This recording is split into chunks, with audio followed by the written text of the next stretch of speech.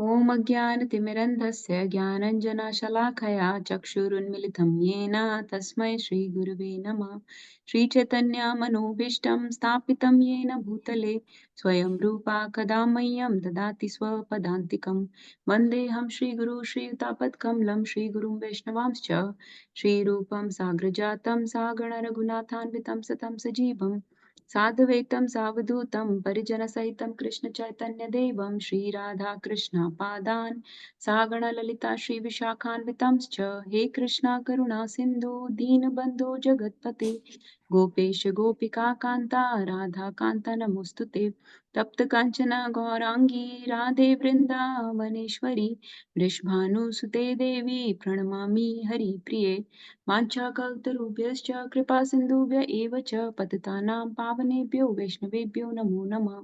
मूकं करोति वाचालं पङ्गुं लङ्घयते गिरिं यत्कृपातमहं वन्दे श्रीगुरुं दीनतारणं परमानन्दमाधवं श्रीकृष्णचैतन्य ईश्वरं गुरुवे गौरचन्द्राय राधिकाय तदालये कृष्णाय कृष्णभक्ताय तद्भक्ताय नमो नमः। हरे Krishna. Okay, so what I'll do is I'll just go over, because I had made a PowerPoint. So I'll just go over these 9, 10, and 11 verses. We did them last time quite a bit, so I'm not going to spend too much time. But I want to start with verse 12, mantra 12 next time. So let's finish this as much as we can. So you know, Isopanishad mantra 9, 10, and 11, they are in sequence, okay? Mantra 9 talks about what is avidya and what is vidya. Mantra 9 says that avidya means lack of ignorance, and that is bad. That takes us to the darkest regions of ignorance. And then this mantra 9 says, but vidya is even worse. Vidya is actually worse than avidya, right? Very confusing. How can vidya be worse than avidya? So then we learn that this vidya they are talking about is the so-called culture of knowledge. So the vidya they are talking about in mantra 9 is basically very materialistic type of knowledge.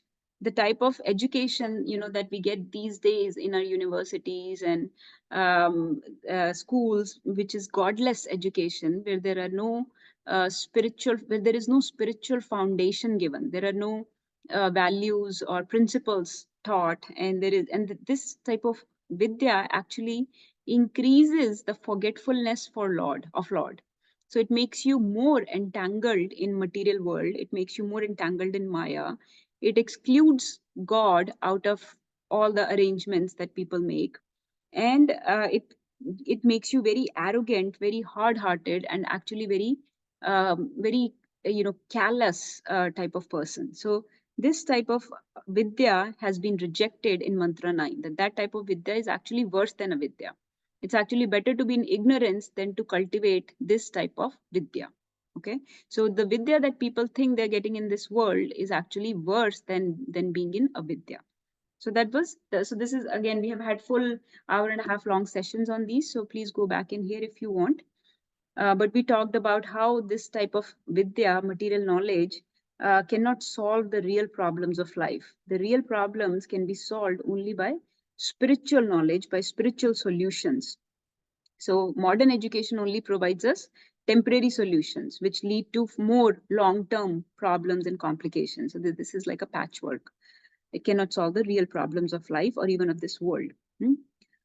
Then mantra 10 continues on the theme of vidya and avidya. Mantra 10 says that if you practice avidya, you will get a different result. If you practice vidya, you will get a different result. So two separate type of results are obtained by practicing vidya and avidya.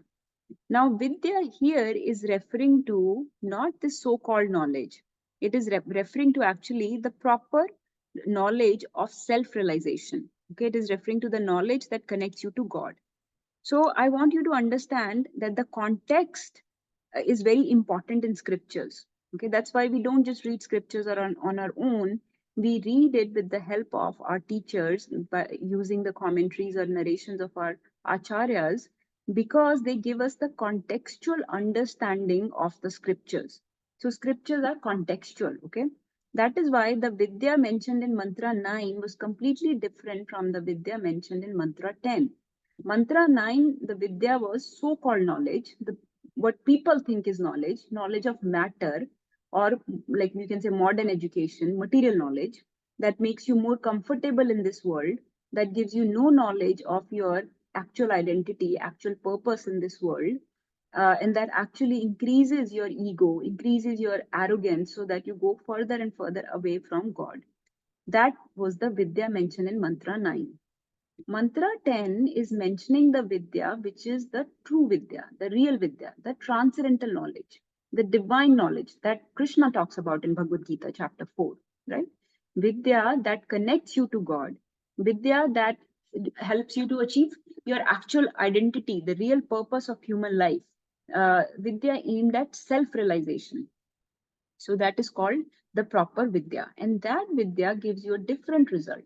Whereas all of this you can put together in Avidya, whether it's so-called knowledge or lack of knowledge, both are Avidya. So material knowledge is also Avidya, and having no knowledge is also Avidya.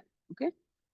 Vidya, according to our scriptures, refers to the real knowledge of self, okay? Because we don't belong in this world.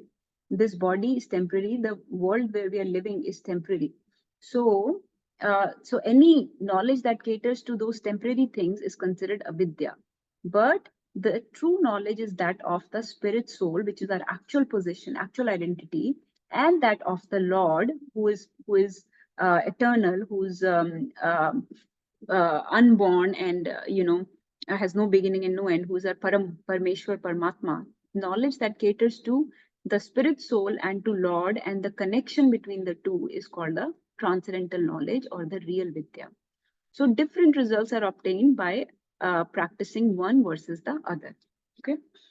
And in this purport, Mantra 10's purport, Prabhupada had talked about culture of knowledge. Okay, what is culture of knowledge? So he had quoted Bhagavad Gita chapter 13, the very famous verses 8 to 12, 13.8 to 12. Those are very famous verses where Krishna talks about the culture of knowledge. That in order to acquire this self-realization, in order to achieve this transcendental knowledge, one needs to have certain qualities. Okay, those qualities, for example, they were humility, pridelessness, non-violence, tolerance, forgiveness, simplicity, following in the footsteps of acharyas, cleanliness, steadfastness, sense control, mind control, right? So there are there were 18 qualities mentioned, which gives us the culture of knowledge, according to Krishna, from Bhagavad Gita. And there was one prime quality out of those 18. So one quality which is considered primary and all the other qualities are considered secondary. Who can tell what is that primary quality? Let's see who attended last time that remembers. There is one primary quality, and if you have that quality, all the other secondary qualities will follow. Nobody remembers? Humble? Is this humble? Mm-mm. Okay, so I have to show you the verse again.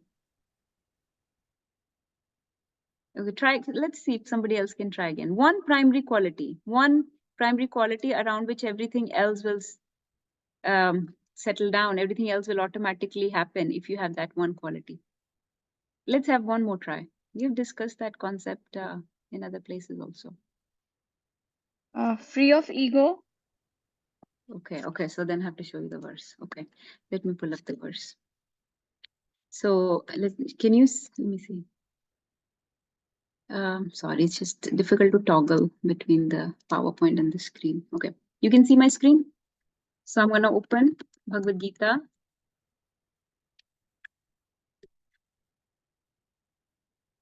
(13.8 to 12). Okay, these are those famous verses, 5 verses. Okay. So Krishna talks about many things. Okay? Manitvam, Adambitvam, Ahimsa, Shanti, Arjvam, Acharya Upasnam. Acharya Upasnam is what we did today. Shocham, Stairyam, Atma Vinigra, many things he talks about. Indriya, Artheshu, Vairagyam, right? You should have control of senses, whatnot. But then towards the end he says, Mai Chananya Yogena Bhaktir Avyabhicharini. So it is said in the purport of this verse and in many other places also by our teachers that this is the only quality that one needs to acquire. Mai Chananya Yogena, without any deviation or distraction, just practice the worship, bhakti of Supreme Lord, avyabhicharini bhakti, the uninterrupted, undistracted, unmotivated bhakti of the Supreme Lord. And if you have that one quality, then automatically humility, tolerance, patience, everything will come, because that means you are trying to surrender to the Lord. So Lord will take care of all the other qualities. And there is a very beautiful verse in Srimad Bhagavatam, which also talks about the same concept, that if you have this one quality of devotional service, then you will get all the qualities of the demigods. Whereas if you are very virtuous and very well situated in this material world, but you do not practice devotional service, then you practically have no quality at all.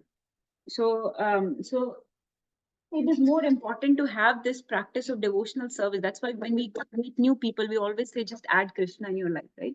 Because by adding Krishna in their life, all these other qualities, भगवान अपने आप आपको humble, prideless और ये सब बना देंगे.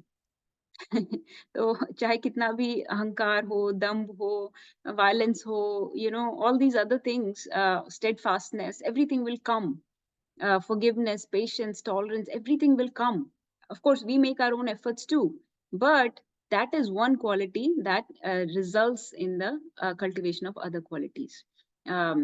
So that is, so Prabhupada said in that mantra 10's purport that we need to cultivate these qualities in order to acquire the culture of knowledge. So that was mantra 10, okay?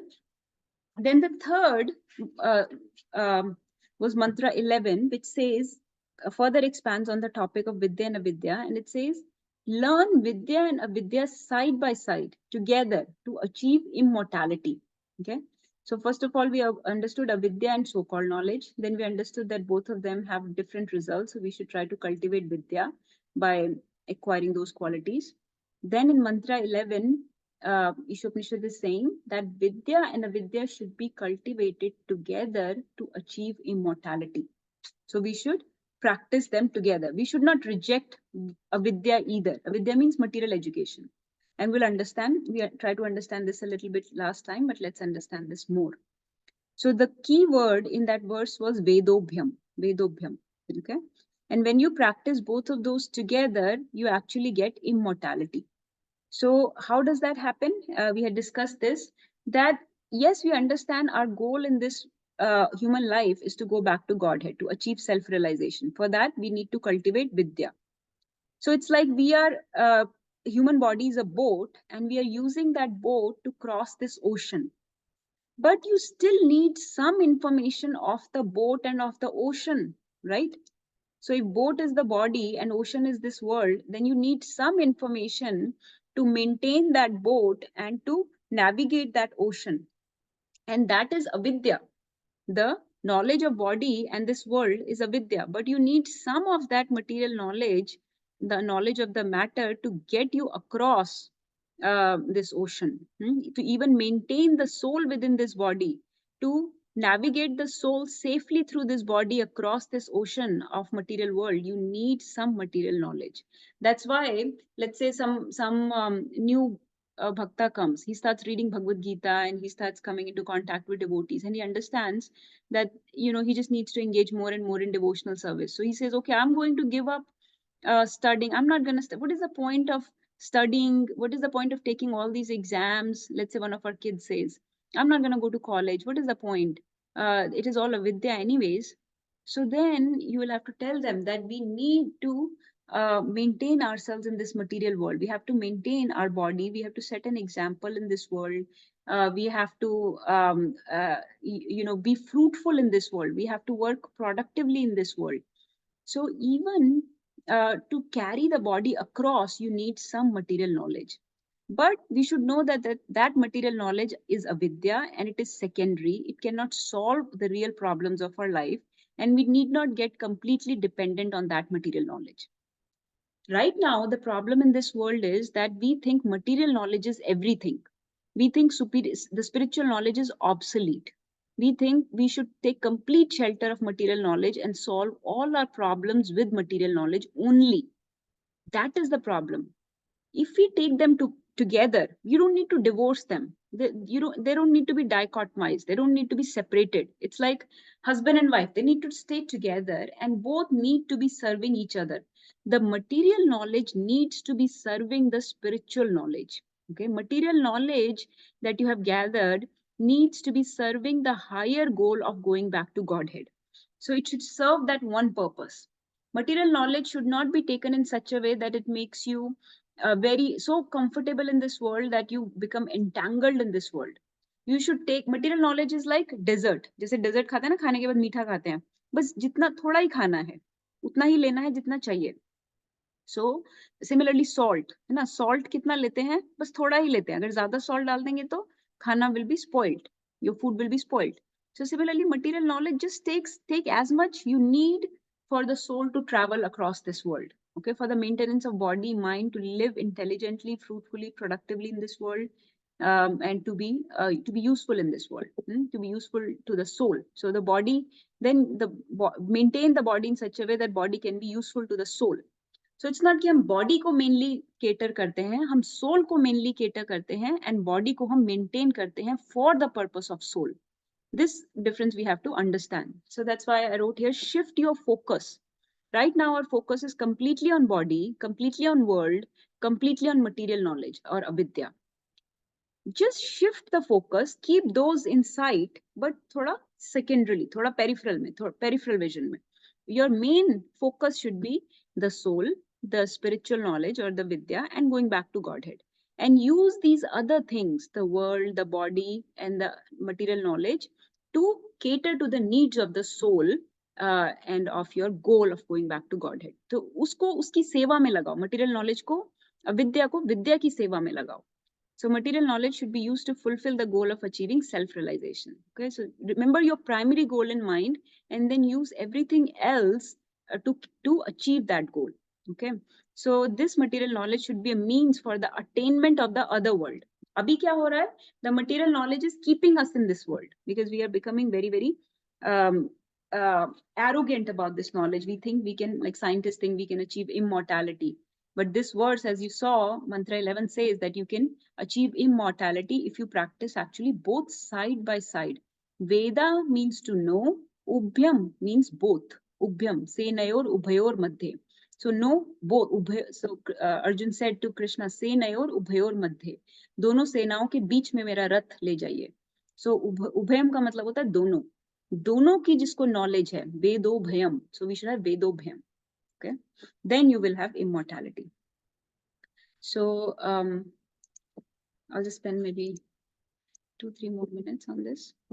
And then Prabhupada uses this term called best use of a bad bargain. Best use of a bad bargain, matlab this body is a bad bargain. This body gives nothing but suffering, right? Can you enjoy more with this body or suffer more with this body? Which is more with this body? Enjoyment is more or suffering is more? Who says you can enjoy more with this body? I can't hear anyone. It's a very simple question. Suffering is more, Mataji. Can you elaborate on that, Rosie? Kaise suffering kaise? Yes, Mataji, I can try and little bit more. Suffering starts from the birth, even before birth, and goes all the way till the end of the life, like before we leave the body. So it's all throughout the stages in our life. लेकिन इसको प्रोजी ऐसे prove करते हैं इस point को, suffering is more कैसे?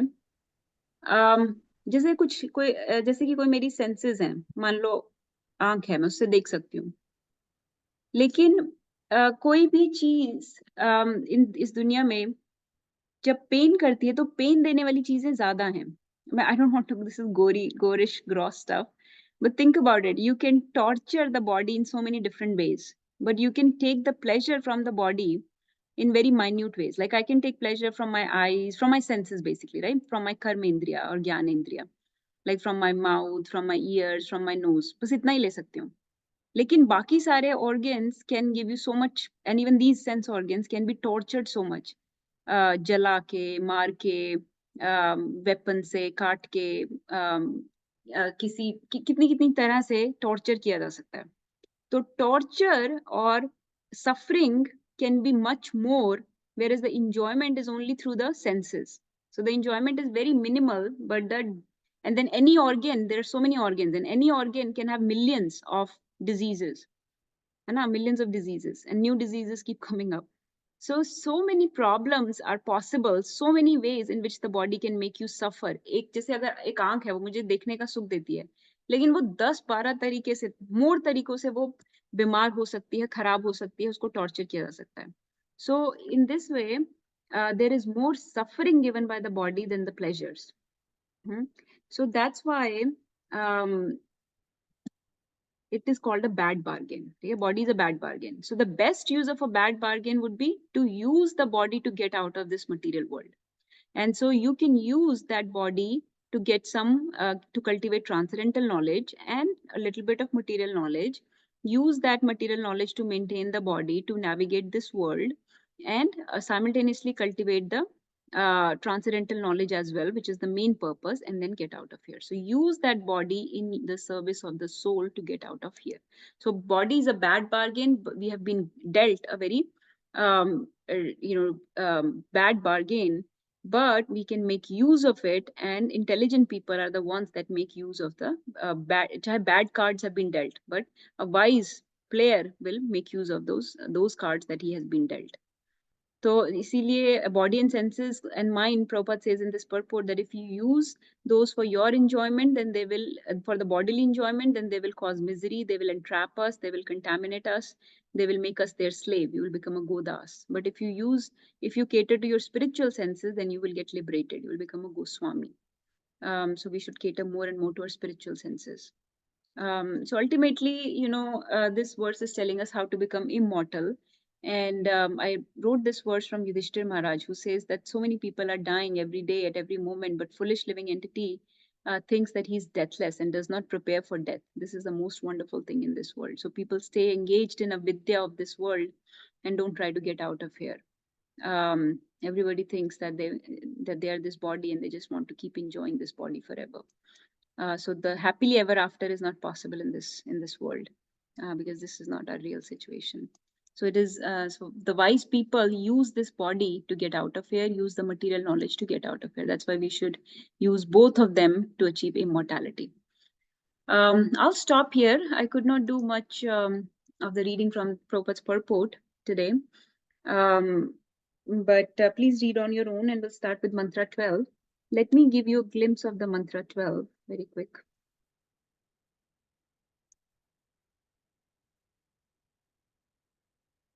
So this was mantra 11 that we read.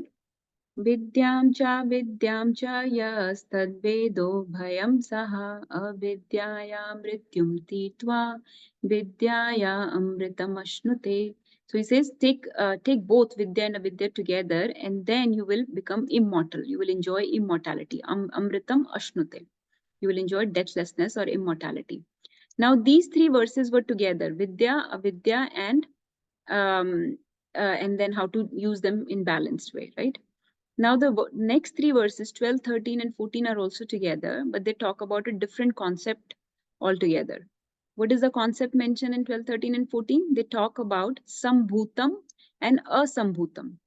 Asambhutam means demigod worship, and sambhutam means the worship of the absolute truth or supreme Lord. So these verses also go in the same manner as the last three verses went, that those who are engaged in the worship of demigods enter into dark regions of ignorance. But those who worship the impersonal absolute are even worse. They are worse still. Tato bhuya iva te tamo.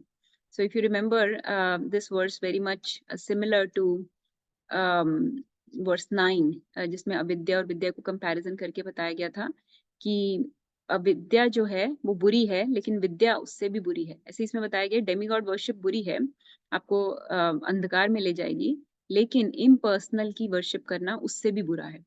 So if you look at these two verses, they're very similar, 9 and 12. अंधम तम प्रविशन्ति, इसमें भी ऐसे ही था, अंधम तम प्रविशन्ति ये अविद्याम उपासते, और इसमें है ये असंभूतिम उपासते.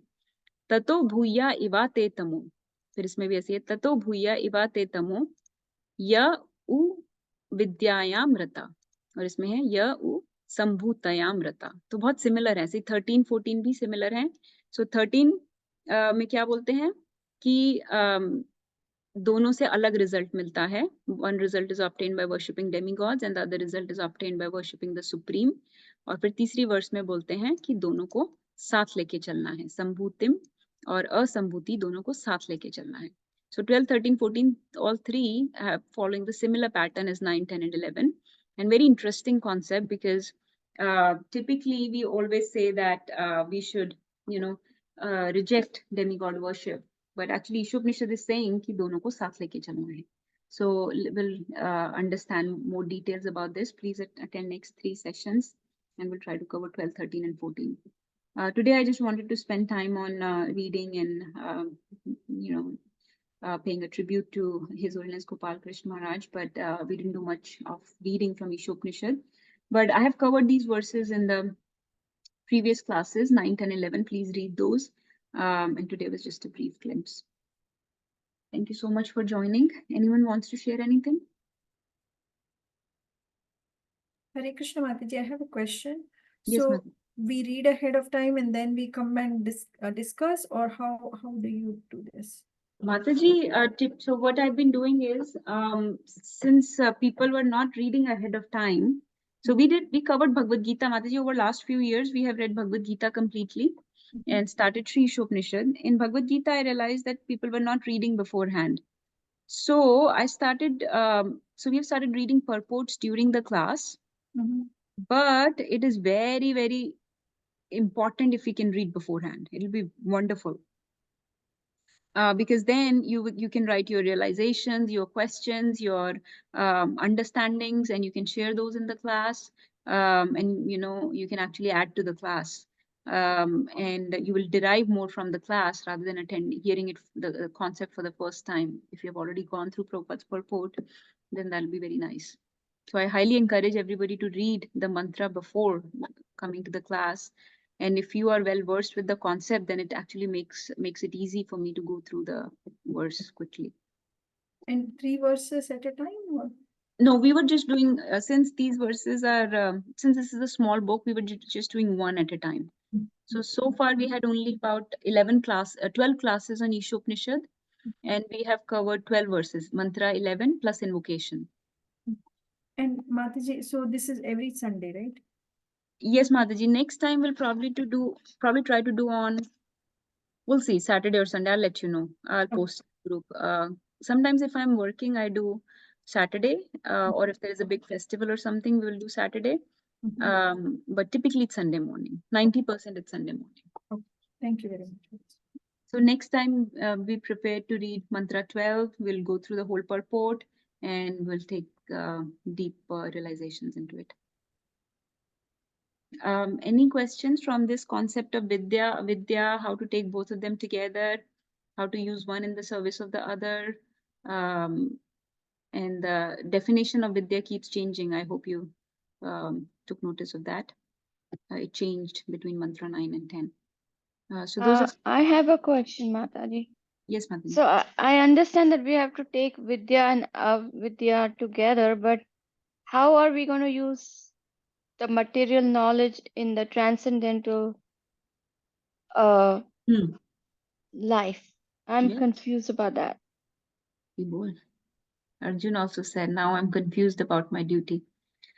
So we are very confused. Yeah, this is the same question he had, Mataji, that if you think that giving up all this is better, then why don't I just give this up? Why are you asking me to fight? So Krishna says that to you it looks like material work, but actually it is a spiritual work. You work for me, make it spiritual. So this material knowledge, Mataji, like going to school, colleges, making a living, this is needed. We need to perform our prescribed duty. We have been given this body, so we have been given some responsibilities associated with this body, like we have children, we have spouse, we have a role in the community, and we have some inherent tendencies, inclinations from previous births, right? Some previous unfulfilled material desires. If we can earn some material knowledge and contribute to the society, contribute to our family, perform our prescribed duty according to the injunctions, like not any sinful actions, but those that are enjoined by the scriptures. जैसे कि कोई doctor है, कोई lawyer है, we all need to work to make this society work. That's why there is Varnashram Dharma given, right? Varnashram Dharma needs to be practiced. We all have a duty in this world to, even for spiritual progress, the material needs have to be met. So not everybody can just take sannyas. So that's why Krishna did not let Arjun run away and take sannyas. He said, no, that means you'll be running away. You have been given some duties. You need to fight because we need to have a proper representative of the Lord sitting on the throne. And it is your duty to establish my representative on the throne. So don't run away. So in this way, we have some duties to fulfill in this world towards our dependence, towards the community, towards the country, towards the economic development, and towards the, in general, material progress of the society. But those duties, Krishna says in Bhagavad Gita, do in such a way that they become spiritual. So if you are a teacher, be a spiritual teacher. Like spiritual meaning that don't be attached to the, don't work for just like money and position or fame in the society or name and things like that, for some promotions, but work for me, work in a detached way. So to cultivate your material knowledge, but to maintain your body together, to encourage the, this is basically, Mataji, the whole concept of Bhagavad Gita, which you have asked. These are the baseline foundational principles, right? We have to set an example for the society. Even detached people, pure devotees, engage in some kind of work, even though there is no work for them to be done.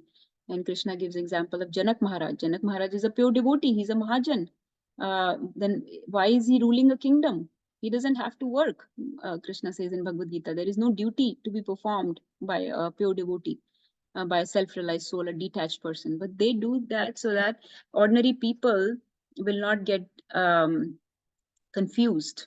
So we should maintain the material progress of this society by performing our duties in this world. Does that answer, Mataji? Yes, जैसे Mataji. जैसे कि train में जा रहे हो आप, train में आपको जाना है वृंदावन, लेकिन ट्रेन चलानी भी तो आनी चाहिए ना, ट्रेन चलाने वाला भी तो आना चाहिए ना, ट्रेन की टिकट लेना, उसमें बैठना, उसके लिए पैसे होना, वो सब भी तो चाहिए ना. So then only you can sit in the train that will take you back. So some knowledge of this world is needed, of this body is needed to maintain even the soul. So Krishna gives 2-3 reasons. Krishna gives one reason, he gives that even the reason you cannot renounce Arjun is because one, you need to set an example for ordinary people, because for ordinary people, Varnashram Dharma will be the path of spiritual advancement. Slowly they can progress in the spiritual path if they keep engaged through their prescribed duties. So we don't want them to leave work. So you set an example for them. Okay. Secondly, you need to do work for sacrifice, क्योंकि कर्मा से यज्ञ होता है और यज्ञ से rains होती हैं और रेन्स से ग्रेन्स आते हैं और उन ग्रेन्स पे सब दुनिया चलती है. तो even for working of this material world, you need to do karma, because only then you can do yajna or sacrifices. So दुनिया को चलाने के लिए कर्मा चाहिए और कर्मा के लिए हमें थोड़ी material knowledge चाहिए, right? And then I forgot during this another reason Krishna gives. एक तो sacrifice के लिए, एक लोगों के लिए example set करने के लिए, हाँ, और तीसरा soul's nature is to be active. So if you gave up everything, then you will not be happy. You will not be able to, because we have some impressions from previous life that we need to fulfill, some tendencies, some ambitions in this material world. So उनको regulated way में fulfill करते रहो, while mainly keeping your eye on the spiritual goal. So इस तरीके से we have to understand. Those are the concepts from Bhagavad Gita. Hare Krishna. Anyone Thank else? you, Mataji. Makes sense. Okay. Any other questions? We're exceeding the time. Okay, so then we'll stop for today. Let's meet up. Hopefully we'll do class at our house, but I'll let you know. And please stay and chant for one round if you're free. Thank you everyone for joining. Vancha kaltarubhischa kripa sindhuvevacha patitanam pavanebhyo vaishnavebhyo namo namah gurve gaurachandraya radhikaya tadalaya krishnaya krishna bhaktaya tad bhaktaya namo namah. Okay, Jai Om Vishnupad Paramhans Parivajagacharya Ashtotra Shata Srimad His Holiness Gopal Krishna Goswami Maharaj Nitya Leela Pravisht Swami Ki Jai. Jai. Srila Prabhupada Ki Jai.